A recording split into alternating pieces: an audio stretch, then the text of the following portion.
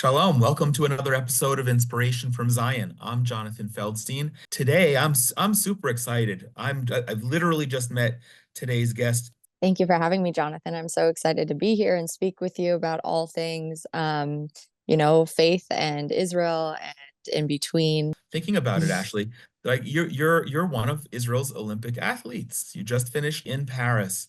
Tell us about your own identity here and what made you wanting to become an Israeli. My Safta immigrated actually from Hungary to fleeing the World War II, and they went to Italy. She met my grandfather there in Italy, had my uncle, and then immigrated to Israel from there and had my father in 53. Um, and then she took my dad when he was 12 and moved to the States. Fast forward, met my mom with being a Christian, Jesus being born in Israel, and his whole life was in Israel. And I think that part of me, it was always a really deep connection. And my dad had become I don't know how you would phrase it, but a messianic Jew, I guess would Okay. be a Okay. term. He found the Lord on his own when he was in his late 20s, early 30s. Like, he is a real Israeli. Like, his character, he's super strong and passionate and a fighter and the best heart. I like identify with like the Israeli, like that mentality and that fight and for fierceness. I always have. So on top of like Jesus being, the reason that I love Israel so much, I also in my core feel like I just always identified as an Israeli American. Are you the first and perhaps only Christian who's ever represented Israel in the Olympics? Yeah. That's amazing. How did you come to faith? I just knew as a young child before I can even remember. I mean, I just had this overwhelming um certainty that Jesus was who he said he was and he was my father. Being a Christian on the Israeli Olympic team, has there been a hurdle for you? Definitely I felt it, not from my teammates so much, but just other aspects, I guess you could say, where in the beginning it was the Jewish team. They would phrase it as we're riding on the Jewish team. And I always felt like, well, not everyone who's an Israeli is Jewish. So I felt a little like a bit of an outcast at times. But I think in the last while, I felt like more embraced. I am accepted by the Jewish Israelis that are on my team. And the people that are around our team, and I don't have to be ashamed to share, my faith. Being on the Olympic team, have you learned about Israelis in general and Jews in specific? Um, I just feel like everyone's like a family. I feel like there's just this, you're Israeli and you're in.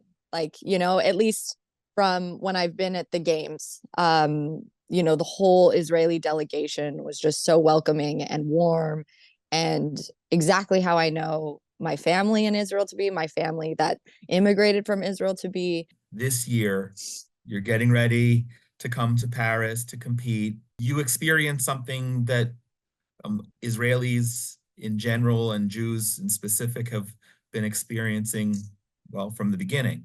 Yeah. Hatred, anti-Semitism, and of course, the irony is that you're not even Jewish. Yeah. Um, Tell us about that. What happened, and how did that? Well, I'd like to unpack whatever you're able to tell in terms of Yeah. where how that affected the Israeli team this year.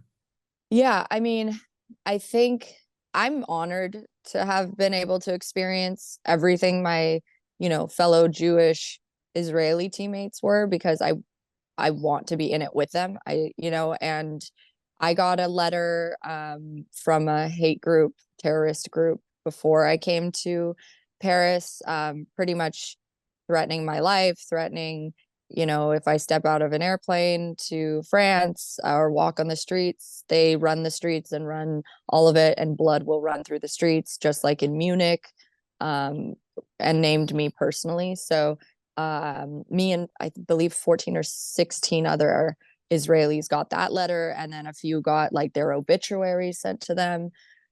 So that was definitely eye opening, and I had to really just pray and rely on my faith to, keep me strong. The security that we had the minute I got into France, we were with armed guards all day, every day. We could only go from the venue to the village. In the Olympic Village, it actually felt, I didn't know what to expect, to be honest, because we had had a meeting um, a month or so before the games with a psychologist preparing us for what could happen. And, if we, get confronted by other athletes or whatever, we need to, take the high road and all the things. And so I was prepared for people to be spitting on us and yelling at us and all of these things. And I have to tell you, it was the complete opposite. Outside of the village, the minute we would walk, like if we were leaving the village to go to the venue, our guards were there waiting for us in our compound, which was a compound. We didn't have any Israeli flags on the building we were staying in. You needed a code to get in to our building. I mean, like bars, like you're in a prison.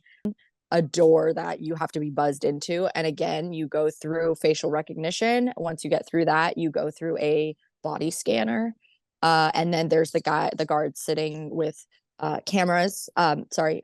video screens, because there's cameras literally on every street around our entire building that they're watching 24/7. And then the minute we stepped out of the Olympic Village, we had obviously all of our guards. We would ride the bus because we had our specific equestrian, like each discipline, each sport has their Yeah. own bus to go to the venue.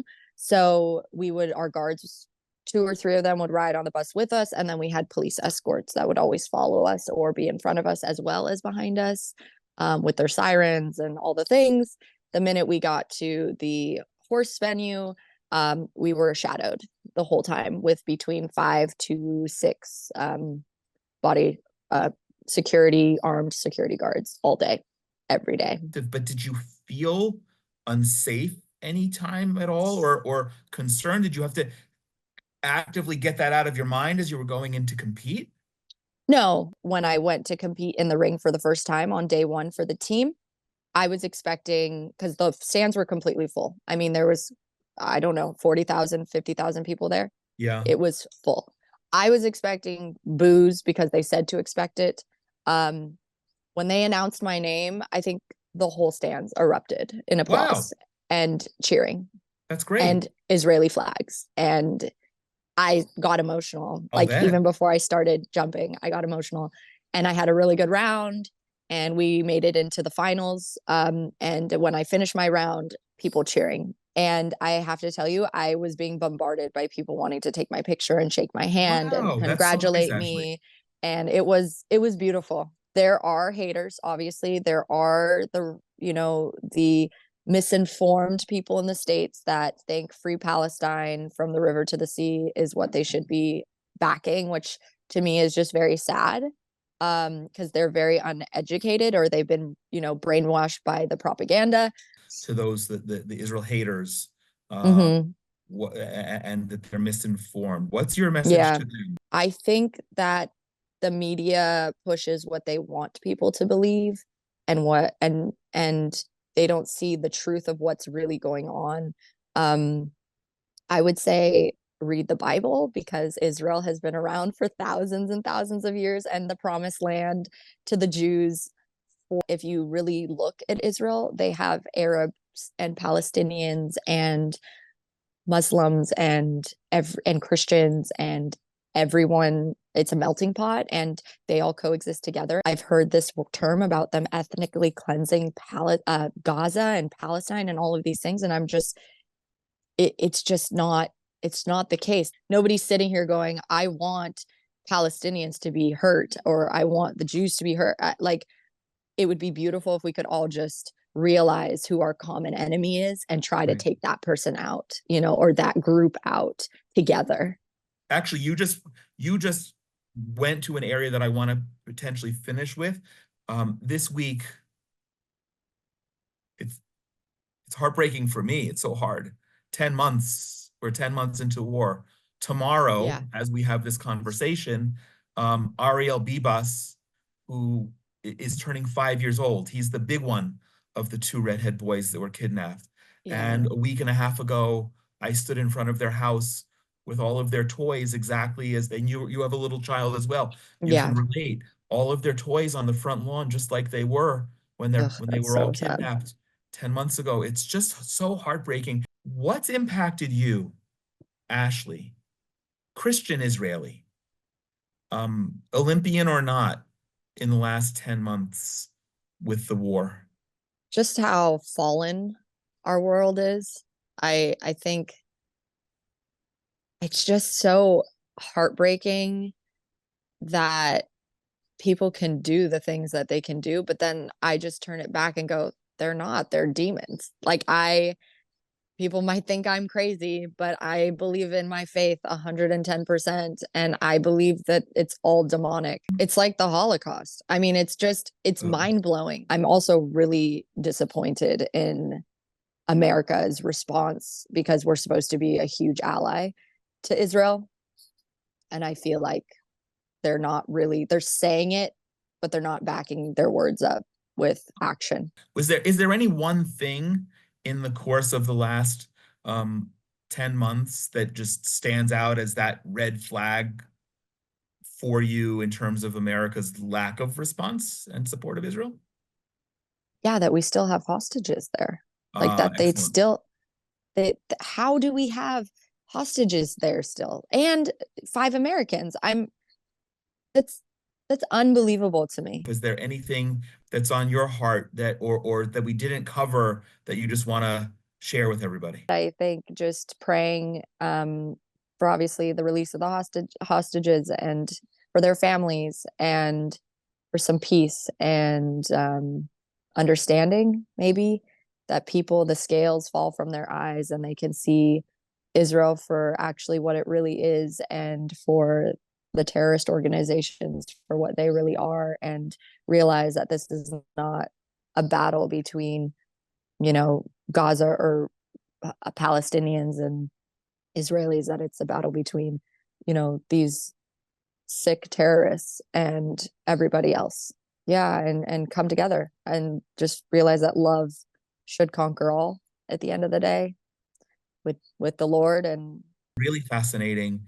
I'm super excited to have connected with you and let you share to the whole world as you are proudly waving the blue and white flag as you yes. do. You may not live here, but just simply from that answer, you're clearly inseparably one of us, and I'm so grateful and proud. Thank you. Thank you, Thank Ashley, for you. making time today.